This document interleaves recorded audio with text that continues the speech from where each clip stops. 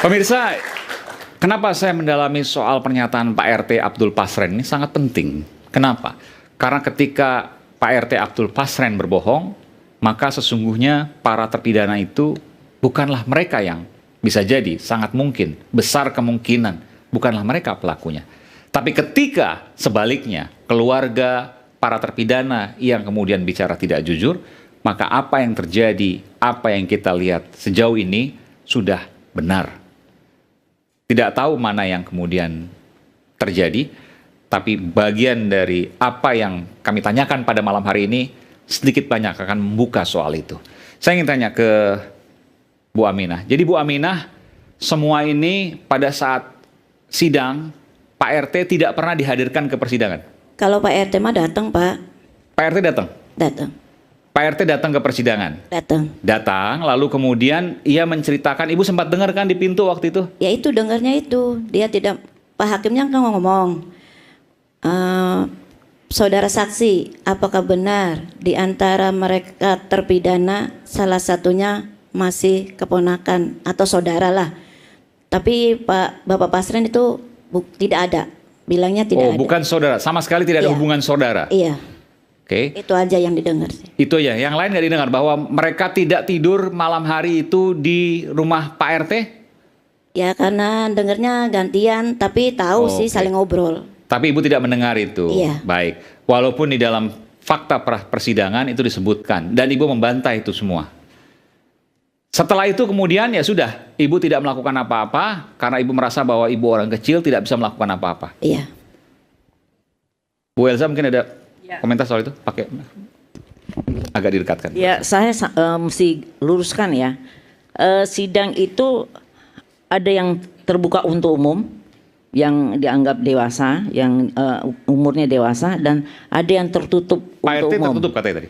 Kalau yang ini terbuka, yang sudah 18 ke atas itu terbuka, yang 5 orang ini, dan yang 3 orang itu tertutup untuk umum karena masih di bawah umur. Berarti Supriyanto terbuka dong, Bu? Tertutup, Pak. Saya hadir Umurnya tinggal setiap tergantung aja umurnya berapa pada saat Supriyanto itu. di atas. Supriyanto di- 18 tahun. Nah, itu terbuka untuk umum. Terbuka harusnya? Iya. Enggak, itu tertutup karena saya Ya, nggak hadir apa-apa, setiap ini saat. dinyatakan terbuka untuk umum. Yang 5 orang itu dinyatakan, kita bicara putusan. Punten Ibu, saya yang Saya tidak mau berbantahan ya. Anda juga besok saya lakukan somasi. Somasi teguran. soal apa, Bu? Ya, membuat laporan palsu, Astagfirullahaladzim. memberikan ujaran kebencian pada klien saya. Dan klien saya di demo, diintimidasi, Pak dan RT segala. Ada ini buktinya. Gimana, Bu? Bisa cerita, Bu? Nih, saya kasih lihat buktinya. Ibu pakai mikrofon, Bu. Nih, Bapak baca, lihat aja. Sebentar. Kayak begitu. Padahal secara etika tidak Di boleh. demo puluhan, mungkin ratusan orang ini. Ratusan orang datang ke rumah malam-malam lagi. Siapa nggak tahu? Ya nggak, kita tahu lah kira-kira, tapi saya nggak perlu lah. Ratusan orang ini ya. Iya, di rumahnya itu. Mau nggak mau kita amankan. Sekarang ada di safe house kurang lebih. Ya, di LPSK. Mungkin Bapak mau tambahkan karena Ibu atau mau? boleh nggak saya Oh, ngomong? Ibu luar biasa. Silakan, Bu. Punten Pak, astagfirullahaladzim. Itu bukan demo Pak, itu doa bersama. Lihat itu lagunya, solawatan Bu, bukan demo. Oh, ini Ibu ikut juga. Bukan, enggak. Saya lagi di Oh, Mabes Polri. salawatan di rumah orang. Tapi Itu ada di jalan Bu, bukan di rumah Tuh, orang. lihat itu. warning dicari pasren, ada spanduk-spanduk Iya. seperti itu. Iya, itu inisiatif anak muda Nah. karena ingin membantu yang tidak bersalah. Kalau itu acara doa bersama, lagunya dengarkan aja itu solawatan. Iya kan? Itu yang saya tahu karena saya lagi di Selimuran. Mabes Polri. Oke, tapi Ibu katakan tadi bahwa pada saat waktu Pak RT itu disidangkan itu tertutup. Iya. Oke. Mungkin Bung Rasman ada yang mau tambahkan? Baik, terima kasih. Salam hormat saya buat Bang Ruli Siregar, Saudara Insang Nasruddin, join saya, Ibu Elsa. Pertama, saya banyak ditanya media, Adinda Aiman. Ya. Kemarin sempat saya diwawancara media bahwa saya adalah salah satu pengacara dari Pak RT. Nah, itu Pak Abdul Pasren dan Saudara Muhammad Kahfi anaknya. Lalu kemudian saya mengundurkan diri pertimbangan saya lebih bisa berkreasi sebagai seorang praktisi hukum dan pengen fokus kepada Pak Suroto dan Yosi. Alhamdulillah. Nah, kemudian saya Bentar, Bu. mendalami. Kenapa alhamdulillah, Bu? Kenapa, Bu? Ya, Boleh mendengar. mungkin kalau ada saya mungkin agak lebih seru gitu, Bu. Maksudnya tuh Maksudnya gimana, Bu? Emang Ya, bisa- Rasman sepenting itu gitu? enggak, Oh, enggak. bisa ketemu langsung sama Bapak. Oh, terima kasih. Jadi ini yang saya cermati sedari awal. Bahwa ketika kita menangani satu perkara, kita harus komprehensif mendalami semuanya. Maka saya sebenarnya sudah tahu bahwa sudah ada pra-peradilan yang diajukan oleh 5 orang, termasuk Suprianto dan kawan-kawan. Dan surat kuasanya itu dibuat khusus dari pengacara Jogi Nenggolan 11 Oktober 2016, didaftarkan 4 Januari 2017, diputus 17 Januari 2017. Di situ semua dijabarkan. Artinya saya bantu Bu Elsa ini, kakak saya, karena saya masih tim asistensi, boleh kan Bu? Bahwa proses penetapan tersangka telah diajukan pra-peradilan oleh pengacara 5 orang, termasuk Suprianto, ke Pengadilan Negeri Cirebon dan ditolak. Maka upaya hukum berikutnya adalah yang paling tepat bukan menyuruh orang bersolawat di jalan, bawa spanduk, bawa poster, terus nyari-nyari Pak RT. Itu nggak tepat, Bu. Bersolawatlah di rumah atau di masjid. Dan kalau itu keluarga ibu, ada apa dengan keluarga ibu?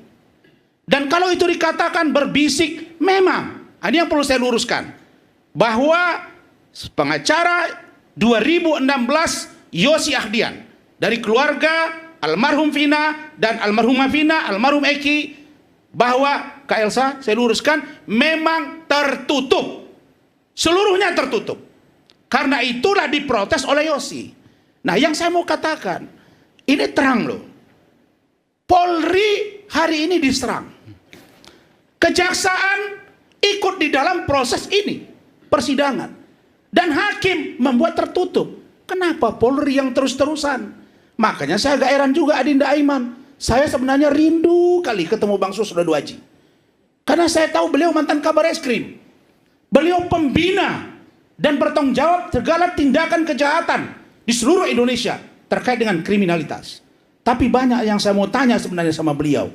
Ketika kemarin saya didatangi oleh saudara Abraham Cilaban dari AB Plus iNews. Beliau diundang, saya diundang, dalam hari ini narasumber. Saya melihat bahwa sepertinya Bang Susno melihat sangat kuat kemungkinan dan sangat banyak kesalahan dari polisi, sehingga dia yakin betul bahwa Prapit ini akan dimenangkan oleh pihak penggugat, dalam ini saudara Insang dan kawan-kawan. Padahal setahu saya Pak Susno masih bisa masuk bicara ke Kapolri, masih bicara ke Kapolda, kasih masukan. Kalau ada penyidik yang salah, bukankah Bapak juga mantan petinggi Polri? Bertanggung jawab untuk membaikkan Polri. Bukan kami yang sipil-sipil ini. Yang hari ini begitu sudah mulai dibully. Kak Elsa dibilang nenek-nenek, saya dibilang cucu. I don't care. Yang penting bagi Rasman hari ini, penegakan hukum harus lurus dan tegas. Itu poin pertama. Jadi bahwa peti tertutup betul ya, Bung Rasman? Tertutup. Ya? Oke, baik. Nah, poin yang kedua. Bentar Bang Ruli. Poin yang kedua. Saya ingin hari ini dan malam ini judulnya sangat menarik. Pertaruhan kasus Vina. Pertaruhan siapa ini? Pertaruhan penyidik, pertaruhan para lawyer, pertaruhan kita ini sebagai kuasa hukum, dalam pengertian saya kuasa hukum, saya juga praktisi hukum. Maka saya ingin katakan pada potret peradilan yang sudah terjadi kemarin sampai tadi. Boleh nggak saya bicara itu? Silakan. Rekan saya Insang Nasruddin dan teman-teman, mereka membacakan sedemikian rupa. Kalau saya lihat rangkaian peristiwa, apa yang mereka sampaikan, apa yang mereka jabarkan di Prapit itu, kemudian saya kaitkan dengan putusan Prapit sebelumnya, Saya lihat dari rangkaian cerita dan gambaran hukum dari perspektif yang saya pahami.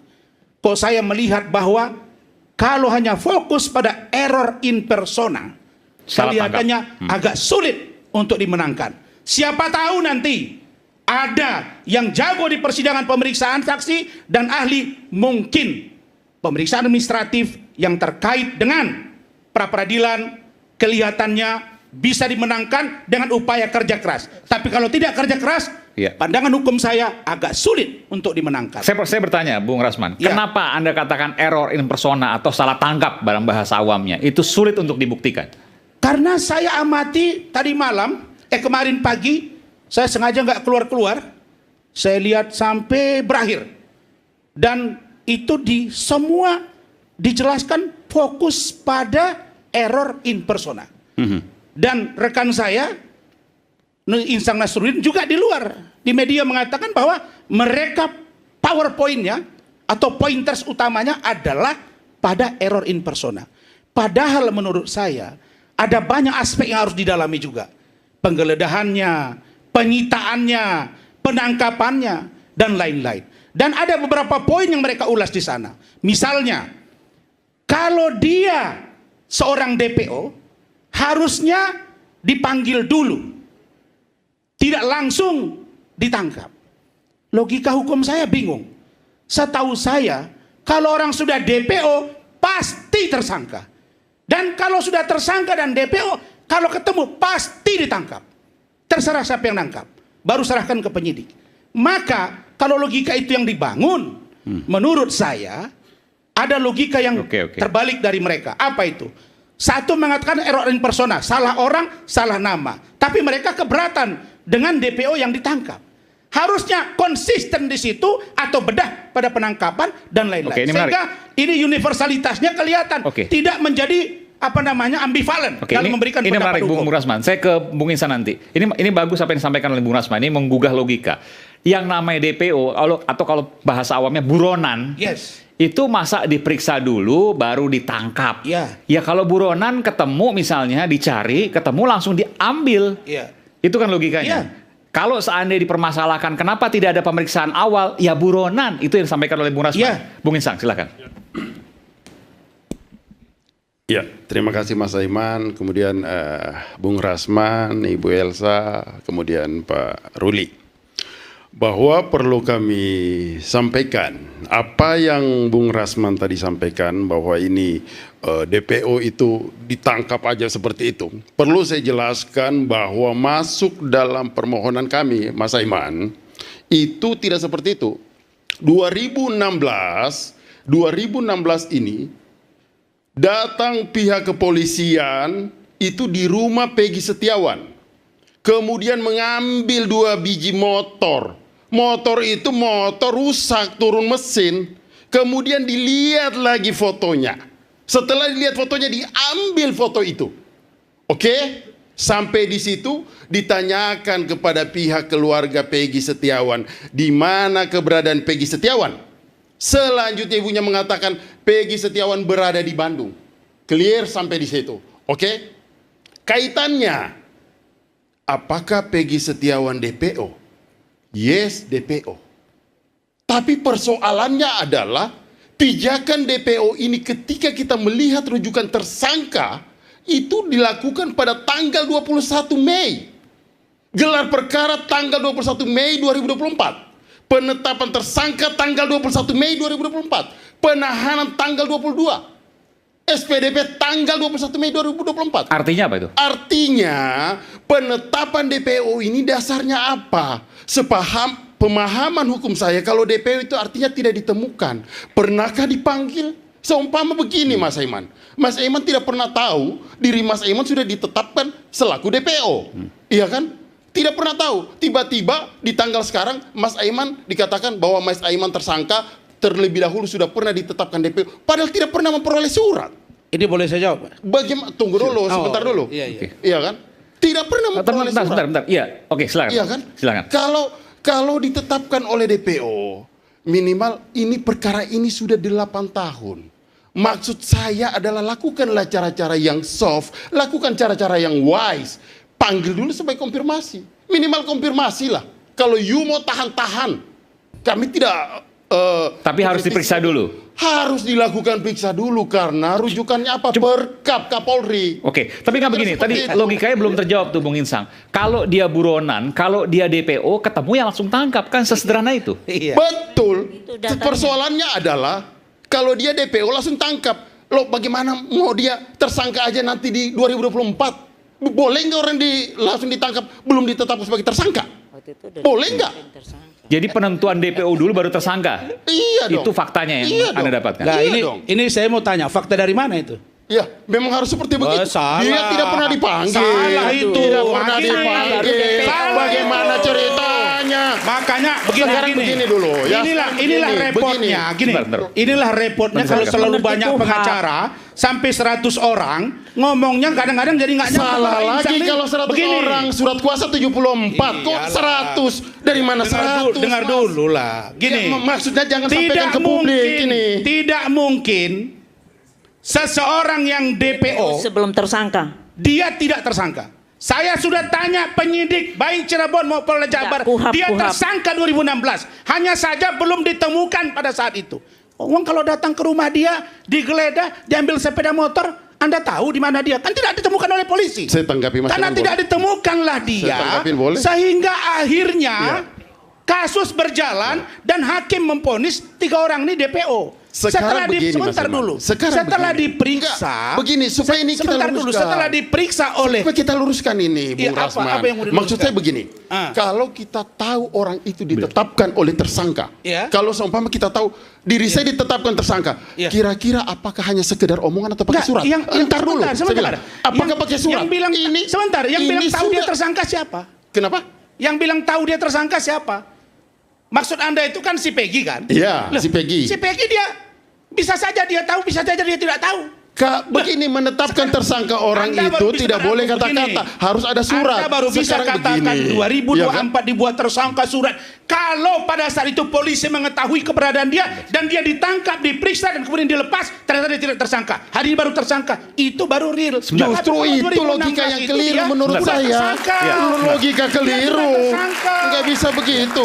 Bentar, Harus tersangka dulu lah dia baru DPO. Enggak, saya harus tanyakan juga, betul.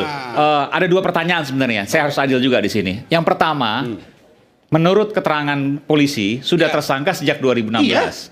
Menurut keterangan polisi juga sejak 2016 tidak ditemukan. Iya. Padahal yang bersangkutan kabarnya di Bandung. Yes. Itu kan kabarnya.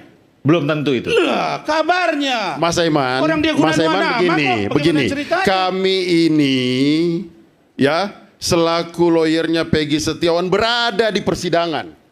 Kami ini melihat semua jawaban-jawaban yang disampaikan oleh pihak kepolisian. Yang berada di hal persidangan ini- siapa? Kenapa? Yang dibilang berada di persidangan itu siapa? Saya sampaikan. Persidangan kapan? Yang kemarin? Yes, Oh, yang saya mau tunggu bilang dulu. itu 2016. Itu Saya nggak klien bahas di saya. situ. Maksud Anda tidak ada saya, di situ waktu oh itu. iya, memang saya nggak bahas Makanya lebih 2016. paham klien Saya nggak saya bahas daripada 2016. Gimana ceritanya? Maksud saya begini.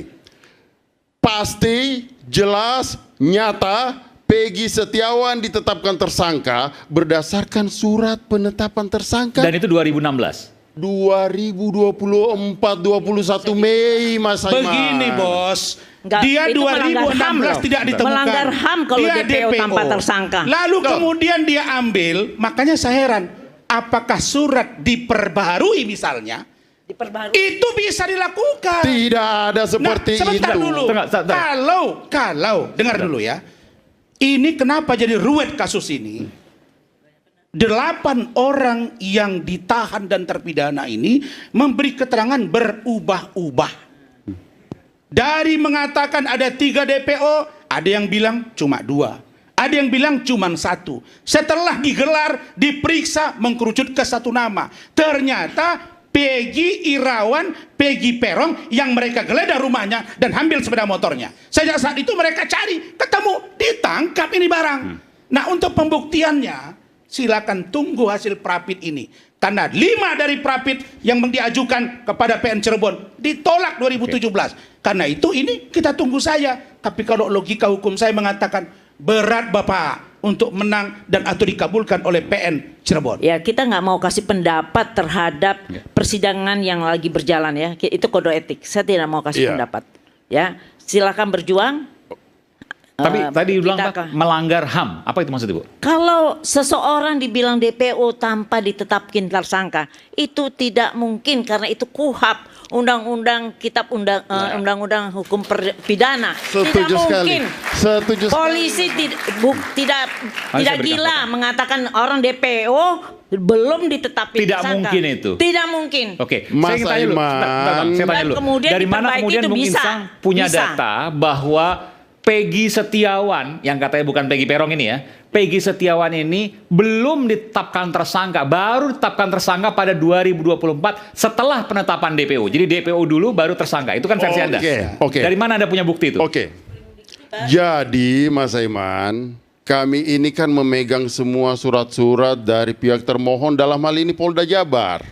Itu yang menjadi rujukan kami. Kalau toh ada perbaikan atau perubahan penetapan tersangka, seharusnya Ada sprindik seharusnya sprindiknya juga Sprindik Sprindiknya baru. karena Maksudnya gimana? penyidiknya baru kan Iya. 8 Sprindik itu tahun boleh. ada yang udah pensiun, Oh. udah apa, 2016 boleh di sprindik ada, baru. dibikin sprindik baru. Sprindik Iya. baru itu boleh Surat dilakukan. perintah penyidikan. Yang kedua, kalau Anda mengatakan polisi baru menetapkan tersangka sekarang, berarti Anda menolak putusan pengadilan yang sudah membuat DPO 3 orang.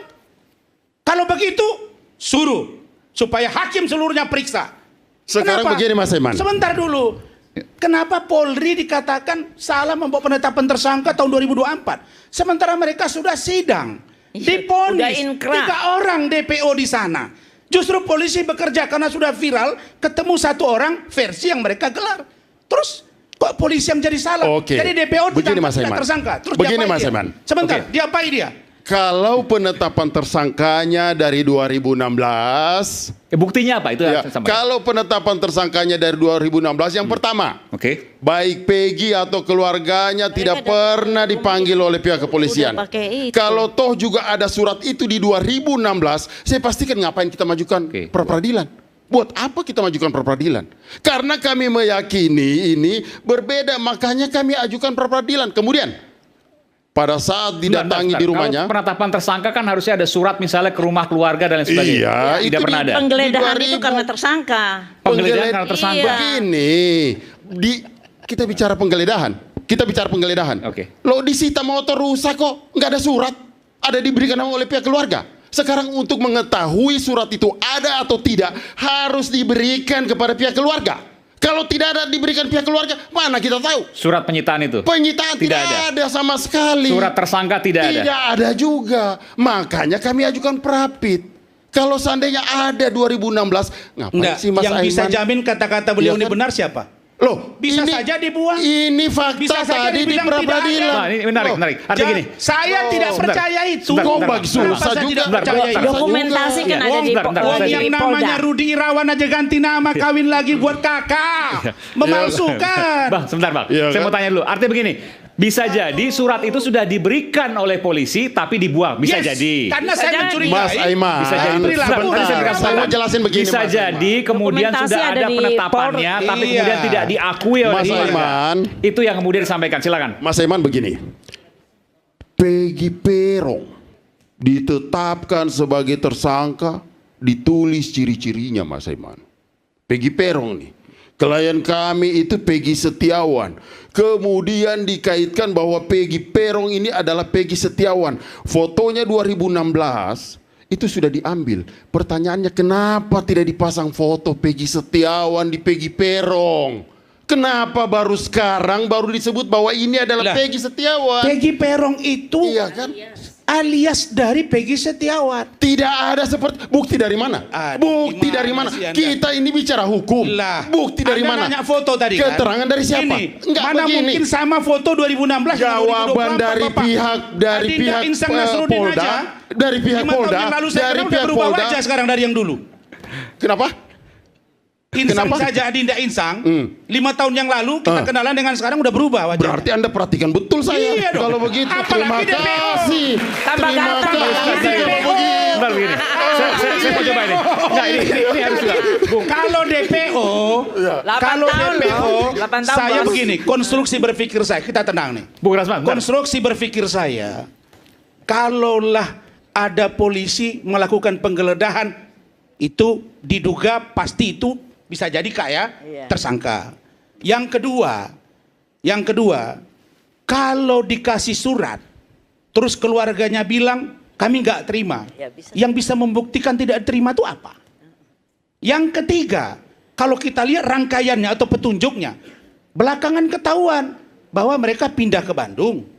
Kemudian bapaknya mengganti identitas, menikah lagi, nama berubah jadi Ahmad Saprudi. Anaknya ini Peggy Setiawan ganti dengan Robi. Yang mana yang mau kita dengar ini? Enggak ada seperti itu. Enggak ada. Kenapa nggak ada? Enggak ada seperti itu. Tapi kalau anaknya Robi bukan. Pernyataan Robi itu orang lain.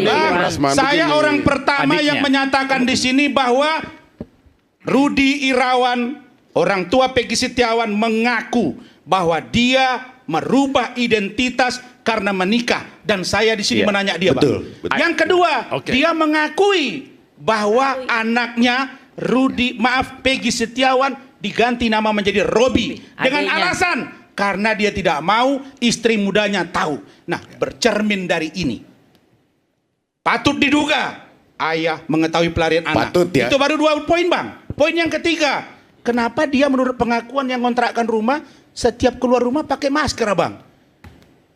Covid udah berakhir. Siapa itu? Bang? Iya. Ayahnya atau Peggy-nya? Robi. Oh, Peggy Irawan. Peggy alias Robi tadi. Peggy Setiawan itu kalau keluar rumah pakai masker. saya kuasanya bapaknya Peggy. Aduh. Oke. Makanya Adinda, Saudara Insang, saya sudah mendengar langsung keterangan dari satu. Silakan, Bang, silakan. Dari Peggy Begini Setiawan. ya, gini. Ya makanya dengar dulu lah. Makanya kalian ini kebanyakan pengacara jadi nggak sinkron membacanya. Justru saya melihat Dengar dulu ini saya tidak jelasin. masuk. Mau jelasin Ketika bagaimana? saya tampil di salah satu TV swasta, ada Bu Yanti pengacara dari Peggy Setiawan saat itu dan sekarang. Bersama dia ada Luciana, kakak kandung dari Peggy Setiawan. Dia mengaku bahwa memang Peggy Setiawan tinggal dengan bapaknya, ganti nama jadi Robi karena bapaknya nikah lagi dan takut pada istrinya. Poin 1. Yang kedua, Nanti Lucy dulu, itu ngaku, salah itu. Lucy ngaku bahwa Nanti dia saja. keluar pakai masker. Nggak begitu, Poin. nggak begitu. Loh, kok nggak mungkin, Pak? Saya Bukanya yang jejak mendampingi digitalnya. waktu jadi Yang kedua di sini, maksud saya di iNews ini, di program interupsi, di situ hadir pengacaranya, saudara Yudi Alamsa. Di situ hadir Robi, adik kandungnya. Yang bernama Robi itu hadir, Bang. Oke. Adik kandungnya Peggy Setiawan.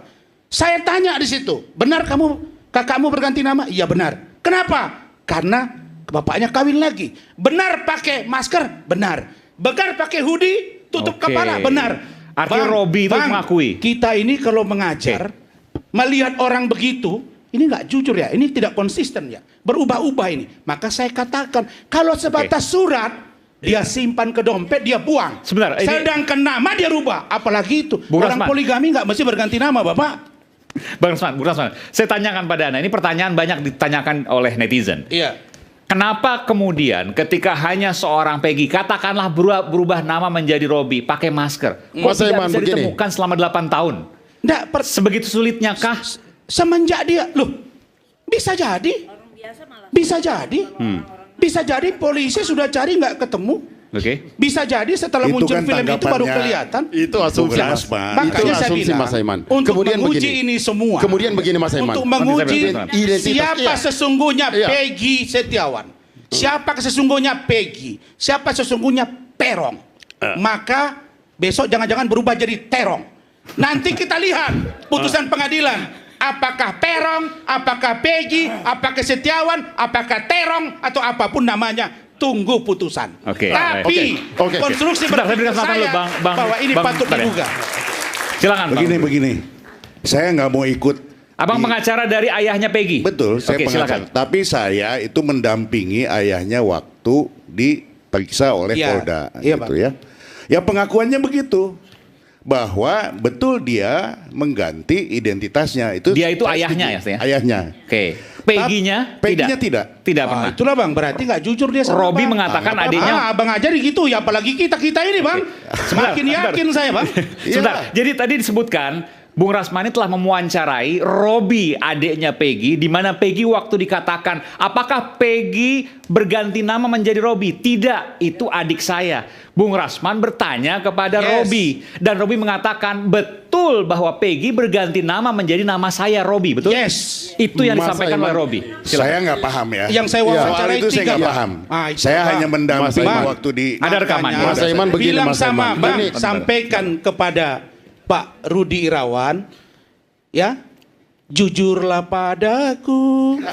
Kenapa Bang? Kenapa Bang? Karena keterangan dia berubah-ubah Bang. Saya udah wawancari 3 orang loh Bang. Luciana kakaknya Peggy, Robi adiknya Peggy, langsung Pak Rudi di sini. 3-3 membenarkan Robi itu adalah Peggy Setiawan ketika di Bandung Berganti bersama nama. bapaknya. Itu Oke. poin 1 Bang. Poin 2, kasbon Bang. Kasbon 2016 disimpan Bang sama bapaknya. Tapi sebelumnya nggak disimpan. Setelahnya nggak disimpan Bang. Yang ketiga, Bang, kalau kita bangun rumah, ada pemborong kerjain rumah kita. Kan Pak Peggy, Pak Rudi Irawan ini kan pemborong Bang. Dia kasbon sama kita Bang. Kira-kira saya kasih, misalnya staf saya, itu Wafi, Bang, izin aku mau kasbon. Aku kasih 5 juta. Kira-kira yang nyimpan kasbonnya siapa Bang? Saya atau dia? Nah anehnya Bang, kasbonnya disimpan sama Peggy Setiawan Bang. Kan kebalik Bang, yang mana juragan, yang mana anak buah. Jadi ini semua adalah semua balutan informasi kosong yang patut saya duga dia pelakunya. Dan kalau itu benar, saya harap Silakan aja lah, kalau ya, tidak silakan. benar, silakan polisinya diproses. Saya mohon maaf Kak Elsa ini guru saya. Ya, kalau nggak gara-gara Kak Elsa ini ada satu anggota tim kemarin di tempat RT itu udah saya gas habis itu Kak. Karena sok jago dia. Begini, yang saya mau katakan adalah bahwa kita boleh mengkritisi, mendalami, menilai sedikit dari poin pra-peradilan. Maksud kita apa? 1,5 bulan sudah kasus ini. Saya berharap ini dapat diselesaikan lewat prapit. Oke. Kalau memang ini benar, tidak dia pelakunya, selesaikan, bebaskan Peggy. Tapi kalau benar, usut sampai selesai. Saya Itu akan nanti poin. berikan kesempatan pada Kita Bung hormati Ruli dan juga putusan Kementerian pra-peradilan. Peninsang. Selepas jeda kami akan segera kembali saat lagi.